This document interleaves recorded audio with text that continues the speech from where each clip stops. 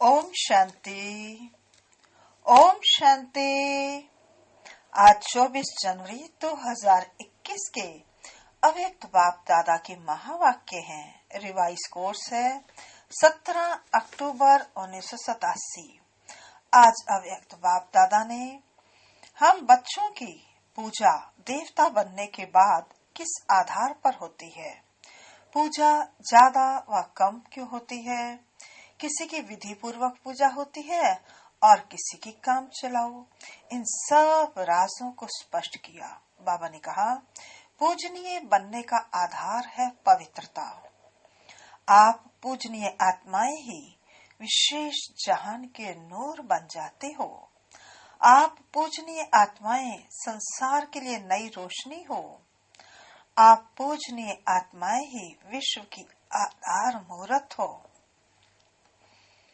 आपकी चढ़ती कला होती है तो विश्व भी चढ़ती कला में पहुंच जाता है। आप गिरती कला में आते हो तो संसार भी गिरती कला में आ जाता है। आप कितनी महान आत्माएं हो जो आपके परिवर्तन होने से विश्व भी परिवर्तन होता है। ब्राह्मण बनना अर्थात देवता बनना।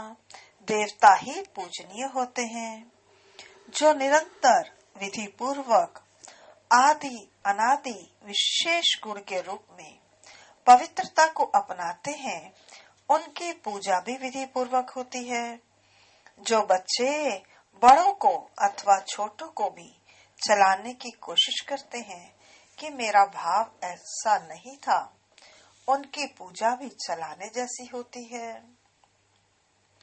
बाबा कहते, स्वप्न में भी स्वयं के प्रति व किसी अन्य आत्मा के प्रति ब्रह्मचर्य खंडित होता है तो पवित्रता खंडित होती है। किसी के प्रति ईर्ष्यावश भी कोई कर्म होता है या आवेश करते हो या क्रोध करते हो तो क्रोध के अंश के रूप में भी व्यवहार होता है तो वह भी पवित्रता का खंडन ही माना जाएगा। मन, वाणी व कर्म, कर्म अर्थात संबंध संपर्क, और स्वप्न में भी पवित्रता ही संपूर्ण पवित्रता कहलाती है। बाबा कहते, जीवन में आलस्य व अलबेलापन भी अपवित्रता के खाते में जमा होता है। आलस्य और अलबेलापन भी विकार है। बाबा कहते, उनके संकल्प यथार्थ होंगे, अर्थात एक तो युक्ति युक्त होंगे और दूसरा हर संकल्प में अर्थ होगा। बिना अर्थ के कोई संकल्प नहीं होगा। कई बार कह देते हैं ना, ऐसे ही बोल दिया, निकल गया, कर लिया। नहीं, ये संकल्प यथार्थ संकल्प नहीं कहलाएंगे। पवित्रता चारों ही प्रकार की चाहिए, यथार्थ संकल्प, बोल, कर्म और स्वप्न में। ऐसी पवित्र आत्मा हर कर्म में अर्थात दिनचर्या में यथार्थ युक्ति युक्त रहती है। उनकी पूजा भी हर कर्म की होती है, अर्थात पूरी दिनचर्या की पूजा होती है। विधि पूर्वक ना चलना, कोई भी दिनचर्या में ऊपर नीचे होना, यह भी अपवित्रता के अंश में गिनती होता है। बाबा कहते, कोई अमृत वेले विधि पूर्वक नहीं उठते तो पुजारी भी उनकी पूजा समय पर उठकर नहीं करता, अथवा जब आया तब कर लेगा।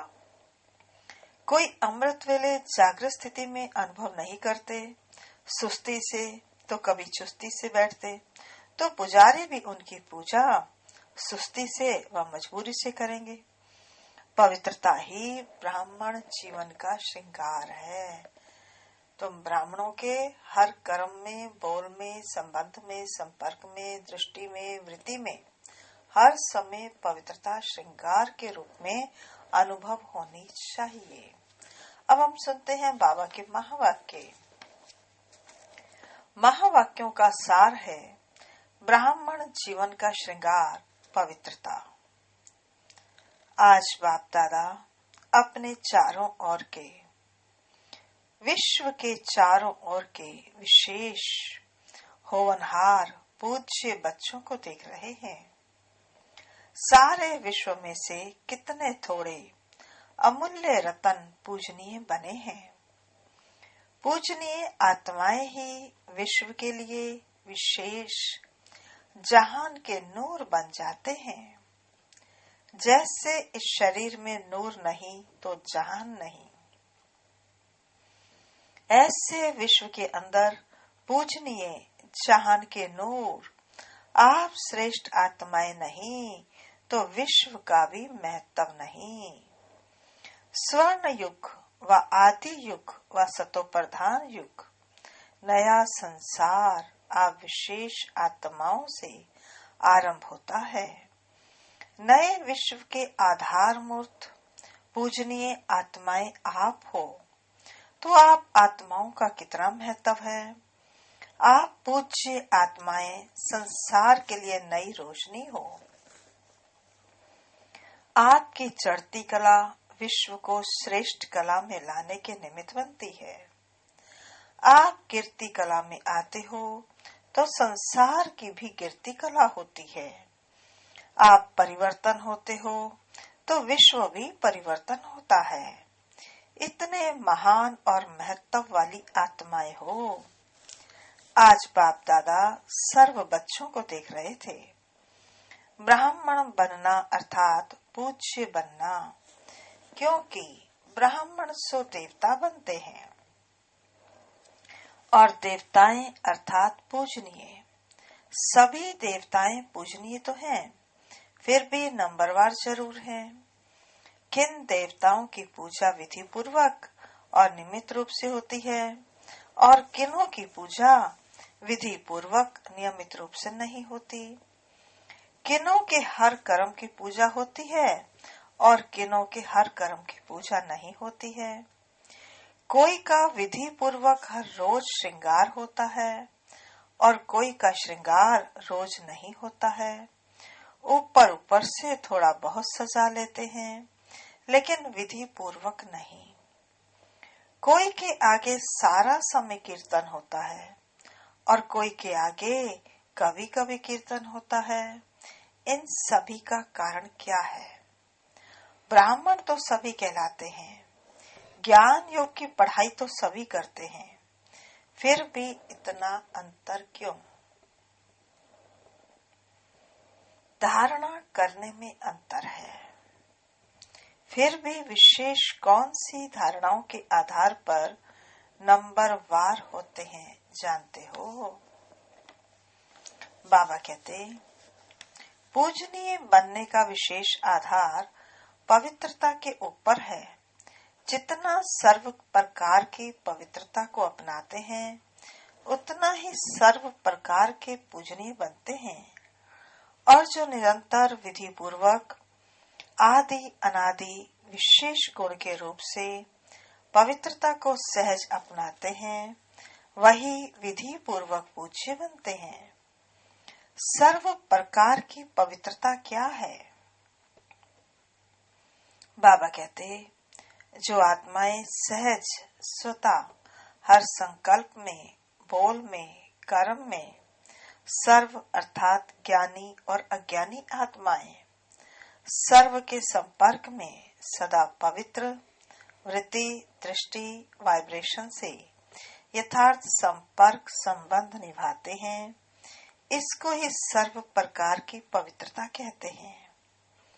स्वप्न में भी स्वयं के प्रति या अन्य कोई आत्मा के प्रति सर्व प्रकार की पवित्रता में से कोई कमी न हो। मानो स्वप्न में भी ब्रह्मचर्य खंडित होता है, वह किसी आत्मा के प्रति किसी भी प्रकार की ईर्ष्या व आवेश के वश कर्म होता या बोल निकलता, क्रोध के अंश रूप में भी व्यवहार होता है, तो इसको भी पवित्रता का खंडन माना जाएगा। सोचो, जब स्वप्न का भी प्रभाव पड़ता है तो साकार में किए हुए कर्म का कितना प्रभाव पड़ता होगा। इसलिए खंडित मूर्ति कभी पूजनीय नहीं होती। खंडित मूर्तियां मंदिरों में नहीं रहती, आजकल के म्यूजियम में रहती हैं। वहां भक्त नहीं आते, सिर्फ यही गायन होता है कि ये बहुत पुरानी मूर्तियां हैं बस। उन्होंने स्थूल अंगों के खंडित को खंडित कह दिया है, लेकिन वास्तव में किसी भी प्रकार की पवित्रता से खंडन होता है तो वह पूज्य पद से खंडित हो जाते हैं। ऐसे चारों प्रकार की पवित्रता विधि पूर्वक है तो पूजा भी विधि पूर्वक होती है। बाबा कहते, मन, वाणी, कर्म, कर्म में संबंध और संपर्क दोनों आ जाता है। और स्वप्न में भी पवित्रता, इसको कहते हैं संपूर्ण पवित्रता। कई बच्चे अलबेलेपन में आने के कारण चाहे बड़ों को चाहे छोटों को इस बात में चलाने की कोशिश करते हैं कि मेरा भाव बहुत अच्छा है, लेकिन बोल निकल गया, वह मेरी एम ऐसे नहीं थी, अर्थात मेरे लक्ष्य ऐसे नहीं थी, लेकिन हो गया। या कहते हैं कि हंसी मजाक में कह दिया अथवा कर लिया, यह भी चलाना है। इसलिए पूजा भी चलाने जैसी होती है। ये अलबेलापन संपूर्ण पूज्य स्थिति को नंबरवार में ले आता है। यह भी अपवित्रता के खाते में जमा होता है। सुनाया ना, पूज्य पवित्र आत्माओं की निशानी यही है। उन्हों की चारों प्रकार की पवित्रता स्वाभाविक, सहज और सदा होगी। उनको सोचना नहीं पड़ेगा, लेकिन पवित्रता की धारणा स्वतः ही यथार्थ संकल्प, बोल, कर्म और स्वप्न लाती है। यथार्थ अर्थात एक तो युक्ति युक्त और दूसरा यथार्थ अर्थात हर संकल्प में अर्थ होगा, बिना अर्थ नहीं होगा। ऐसे नहीं कि ऐसे ही बोल दिया, निकल गया, कर लिया, हो गया। ऐसी पवित्र आत्मा सदा हर कर्म में अर्थात दिनचर्या में यथार्थ युक्ति युक्त रहती है। इसलिए पूजा भी उनके हर कर्म की होती है, अर्थात पूरी दिनचर्या की होती है। उठने से लेकर सोने तक भिन्न भिन्न कर्म के दर्शन होते हैं। देखा है ना, मथुरा वृंदावन में श्री कृष्ण जी के हर कर्म की पूजा होती है। यहाँ कृष्ण जी ब्रश करते थे इसलिए पूजा हो रही है, यहाँ कृष्ण जी स्नान करते थे इसलिए पूजा हो रही है, यहाँ कृष्ण जी बॉल खेलते थे इसलिए पूजा हो रही है, यहाँ कृष्ण जी ने के वस्त्र बदली किए जाते थे इसलिए पूजा हो रही है।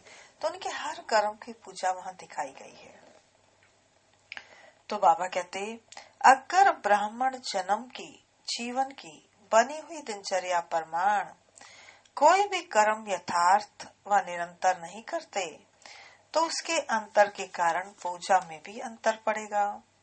मानो कोई अमृत वेले उठने की दिनचर्या में विधि पूर्वक नहीं चलते तो पूजा में उनके पुजारी भी उस विधि में नीचे ऊपर करते, अर्थात पुजारी भी समय पर उठकर पूजा नहीं करेगा, जब आया तब कर लेगा, अथवा अमृत वेले जागृत स्थिति में अनुभव नहीं करते। मजबूरी से व कभी सुस्ती कभी चुस्ती के रूप में बैठते तो पुजारी भी मजबूरी से या सुस्ती से पूजा करेंगे, विधि पूर्वक पूजा नहीं करेंगे। ऐसे हर दिनचर्या के कर्म का प्रभाव पूजनीय बनने में पड़ता है। विधि पूर्वक ना चलना, कोई भी दिनचर्या में ऊपर नीचे होना, यह भी अपवित्रता के अंश में गिनती होता है, क्योंकि आलस्य और अलवेलापन भी विकार है। जो यथार्थ कर्म नहीं है वह विकार है, तो अपवित्रता का अंश हो गया ना। इस कारण पूज्य पद में नंबरवार हो जाते हैं। तो फाउंडेशन क्या रहा? बोलो, पवित्रता। पवित्रता की धारणा बहुत महीन है। पवित्रता के आधार पर ही कर्म की विधि और गति का आधार है। पवित्रता सिर्फ मोटी बात नहीं है। ब्रह्मचारी रहे या निर्मोही हो गए, सिर्फ इसको ही पवित्रता नहीं कहेंगे। पवित्रता ब्राह्मण जीवन का श्रृंगार है। तो हर समय पवित्रता के श्रृंगार की अनुभूति चेहरे से, चलन से औरों को हो। दृष्टि में, मुख में, हाथों में, पांवों में सदा पवित्रता का श्रृंगार प्रत्यक्ष हो। कोई भी चेहरे तरफ देखे तो फीचर से उन्हें पवित्रता का अनुभव हो। जैसे और प्रकार के फीचर्स का वर्णन करते हैं, वैसे यह वर्णन करें कि इनके फीचर से पवित्रता दिखाई देती है। नैनों में पवित्रता की झलक है, मुख पर पवित्रता की मुस्कुराहट है और कोई बात उन्हें नजर न आए। इसको कहते हैं पवित्रता के श्रृंगार से श्रृंगारी हुई मूरत। समझा? पवित्रता की तो और भी बहुत गुह्यता है, वह फिर सुनाते रहेंगे। जैसे कर्मों की गति गहन है, पवित्रता की परिभाषा भी बड़ी गूढ़ है और पवित्रता ही फाउंडेशन है। अच्छा, आज गुजरात आया है। गुजरात वाले सदा हल्के बन नाचते और गाते रहते हैं, चाहे शरीर से कितने भी भारी हों, लेकिन हल्के बन नाचते हैं। गुजरात की विशेषता है सदा हल्का रहना, सदा खुशी में नाचते रहना और बाप के व अपनी प्राप्तियों के गीत गाते रहना। बचपन से ही नाचते गाते अच्छा है।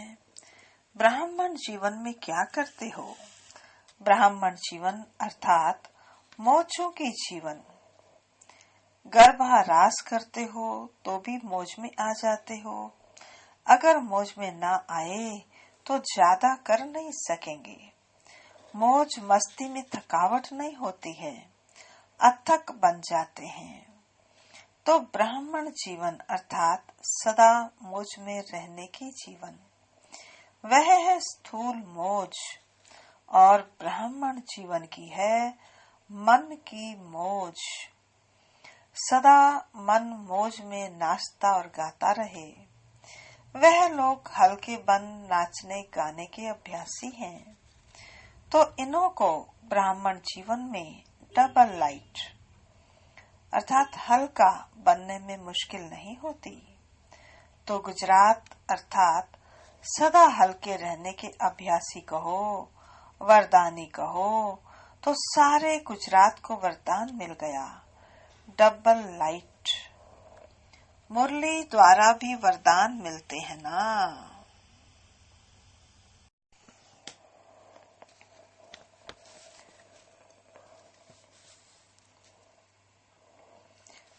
बाबा कहते हैं, सुनाया ना, आपकी इस दुनिया में यथाशक्ति यथा समय होता है, यथा और तथा। और वतन में तो यथा और तथा की भाषा ही नहीं है। यहाँ दिन भी तो रात भी देखना पड़ता। वहाँ न दिन है न रात है, न सूर्य उदय होता न चंद्रमा, दोनों से परे हैं। आना तो वहाँ है ना। बच्चों ने रूह रिहान में कहा ना कि कब तक। बाप दादा कहते हैं कि आप सभी कहो हम तैयार हैं तो अभी कर लेंगे। फिर कब का तो सवाल ही नहीं है। कब तब तक है जब तक सारी माला तैयार नहीं हुई है। अभी नाम निकालने बैठते हो तो 108 में भी सोचते हो ये नाम डालें व नहीं डालें। अभी 108 की माला में भी सभी वही 108 नाम बोले, नहीं, फर्क हो जाएगा। बाप दादा तो अभी इसी घड़ी ताली बजाए और ठकाठक शुरू हो जाएगी। एक तरफ प्रकृति, एक तरफ व्यक्तियां, क्या देरी लगती। लेकिन बाप का सभी बच्चों में स्नेह है। हाथ पकड़ेंगे तब तो साथ चलेंगे। हाथ में हाथ मिलाना अर्थात समान बनना। आप कहेंगे सभी समान अथवा सभी तो नंबर 1 बनेंगे नहीं, लेकिन नंबर 1 के पीछे नंबर 2 होगा। अच्छा, बाप समान नहीं बने, लेकिन नंबर 1 दाना जो होगा वह समान होगा। तीसरा, 2 के समान बने। चौथा, 3 के समान बने। ऐसे तो समान बने तो 1-2 के समीप होते होते माला तैयार हो। ऐसी स्टेज तक पहुंचना अर्थात समान बनना। 108 दाना 107 से तो मिलेगा ना। उन जैसी विशेषता भी आ जाए तब तो माला तैयार होगी ना। नंबर वार तो होना ही है, समझा। बाप तो कहते अभी कोई है गारंटी करने वाला कि हाँ सब तैयार हैं। बाप दादा को तो सेकंड लगता, दृश्य दिखाते थे ना, ताली बजाई और परियां आ गई। अच्छा, चारों ओर के परम पूज्य श्रेष्ठ आत्माओं को सर्व संपूर्ण पवित्रता के लक्ष्य तक पहुंचने वाली तीव्र पुरुषार्थी आत्माओं को सदा हर कर्म में विधि पूर्वक कर्म करने वाले सिद्धि स्वरूप आत्माओं को सदा हर समय पवित्रता के श्रृंगार में श्रृंगारी हुई विशेष आत्माओं को बाप दादा का स्नेह संपन्न याद प्यार स्वीकार हो। हम रूहानी बच्चों की रूहानी बाप दादा को याद प्यार और नमस्ते। सदा रहेंगे हंसते, बनेंगे फरिश्ते, चलेंगे परम धाम के सीधे रास्ते।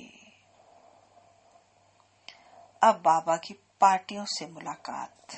पहली, विश्व में सबसे ज्यादा श्रेष्ठ भाग्यवान अपने को समझते हो। सारा विश्व जिस श्रेष्ठ भाग्य के लिए पुकार रहा है कि हमारा भाग्य खुल जाए, आपका भाग्य तो खुल गया। इससे बड़ी खुशी की बात और क्या होगी। भाग्य विधाता ही हमारा बाप है, ऐसा नशा है ना। जिसका नाम ही भाग्य विधाता है उसका भाग्य क्या होगा। इससे बड़ा भाग्य और कोई हो सकता है क्या। तो सदा खुशी रहे कि भाग्य तो हमारा जन्म सिद्ध अधिकार हो गया। बाप के पास जो भी प्रॉपर्टी होती है बच्चे उसके अधिकारी होते हैं। तो भाग्य विधाता के पास क्या है, भाग्य का खजाना। उस खजाने पर आपका अधिकार हो गया। तो सदैव वह मेरा भाग्य और भाग्य विधाता बाप, यही गीत गाते गाते खुशी में उड़ते रहो। जिसका इतना श्रेष्ठ भाग्य हो गया उसको और क्या चाहिए। भाग्य में सब कुछ आ गया। भाग्यवान के पास तन मन धन जन सब कुछ होता है। श्रेष्ठ भाग्य अर्थात अप्राप्त कोई वस्तु नहीं, कोई अप्राप्ति है। मकान अच्छा चाहिए, कार अच्छी चाहिए नहीं। जिसको मन की खुशी मिल गई उसे सर्व प्राप्तियां हो गई। कार तो क्या, लेकिन कारून का खजाना मिल गया। कोई अप्राप्त वस्तु है ही नहीं। ऐसे भाग्यवान हो। विनाशी इच्छा क्या करेंगे। जो आज है कल है ही नहीं, उसकी इच्छा क्या रखेंगे। इसलिए सदा अविनाशी खजाने की खुशियों में रहो, जो अब भी है और साथ में भी चलेगा। यह मकान, कार व पैसे साथ नहीं चलेंगे, लेकिन ये अविनाशी खजाना अनेक जन्म साथ रहेगा। कोई छीन नहीं सकता, कोई लूट नहीं सकता। स्वयं भी अमर बन गए और खजाने भी अविनाशी मिल गए। जन्म जन्म यह श्रेष्ठ प्रारब्ध साथ रहेगी। कितना बड़ा भाग्य है, जहाँ कोई इच्छा नहीं, इच्छा मात्रम अविद्या है। ऐसा श्रेष्ठ भाग्य विधाता बाप द्वारा प्राप्त हो गया। दूसरी पार्टी से बाबा मिल रहे हैं। अपने को बाप के समीप रहने वाली श्रेष्ठ आत्माएं अनुभव करते हो। बाप के बन गए, ये खुशी सदा रहती है। दुख के दुनिया से निकल सुख के संसार में आ गए। दुनिया दुख में चिल्ला रही है और आप सुख के संसार में सुख के झूले में झूल रहे हो। कितना अंतर है। दुनिया ढूंढ रही है और आप मिलन मना रहे हो। तो सदा अपनी सर्व प्राप्तियों को देख हर्षित रहो। क्या क्या मिला है उसकी लिस्ट निकालो तो बहुत लंबी लिस्ट हो जाएगी। क्या क्या मिला। तन में खुशी मिली तो तन की तंदुरुस्ती है। मन में शांति मिली तो शांति मन की विशेषता है। और धन में इतनी शक्ति आई जो दाल रोटी 36 प्रकार के समान अनुभव हो। ईश्वरीय याद में दाल रोटी भी कितनी श्रेष्ठ लगती है। दुनिया के 36 प्रकार हो और आपकी दाल रोटी हो तो श्रेष्ठ क्या लगेगा। दाल रोटी अच्छी है ना, क्योंकि प्रसाद है ना। जब भोजन बनाते हो तो गोद में बनाते हो, याद में खाते हो तो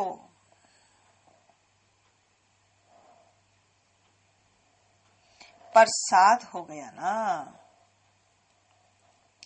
फिर से सुनेंगे। बाबा ने कहा, ईश्वरीय याद में दाल रोटी भी कितनी श्रेष्ठ लगती है। दुनिया के 36 प्रकार हो और आपकी दाल रोटी हो तो श्रेष्ठ क्या लगेगा। दाल रोटी अच्छी है ना, क्योंकि प्रसाद है। जब भोजन बनाते हो तो याद में बनाते हो, याद में खाते हो तो प्रसाद हो गया ना। प्रसाद का महत्व होता है। आप सभी रोज प्रसाद खाते हो। प्रसाद में कितनी शक्ति होती है। तो तन मन धन सभी में शक्ति आ गई। इसलिए कहते हैं, अप्राप्त नहीं कोई वस्तु ब्राह्मणों के खजाने में। तो सदा इन प्राप्तियों को सामने रख खुश रहो, हर्षित रहो। अच्छा, आज का वरदान है, कर्म द्वारा गुणों का दान करने वाले डबल लाइट फरिश्ता भव। कर्म द्वारा गुणों का दान करने वाले डबल लाइट फरिश्ता भव। जो बच्चे करुणा द्वारा गुणों का दान करते हैं, उनके चलन और चेहरा दोनों ही फरिश्ते की तरह दिखाई देते हैं। फिर डबल लाइट अर्थात प्रकाशमय और हल्केपन की अनुभूति करते हैं। उन्हें कोई भी बोझ महसूस नहीं होता है। हर कर्म में मदद की महसूसता होती है, जैसे कोई शक्ति चला रही है। हर कर्म द्वारा महादानी बनने के कारण उन्हें सर्व की आशीर्वाद व सर्व के वरदानों की प्राप्ति का अनुभव होता है। आज का स्लोगन है, सेवा में सफलता का सितारा बनो, कमजोर नहीं। सेवा में सफलता का सितारा बनो, कमजोर नहीं। अच्छा जी, ओम शांति। आज की मुरली से मुख्य स्वमान है।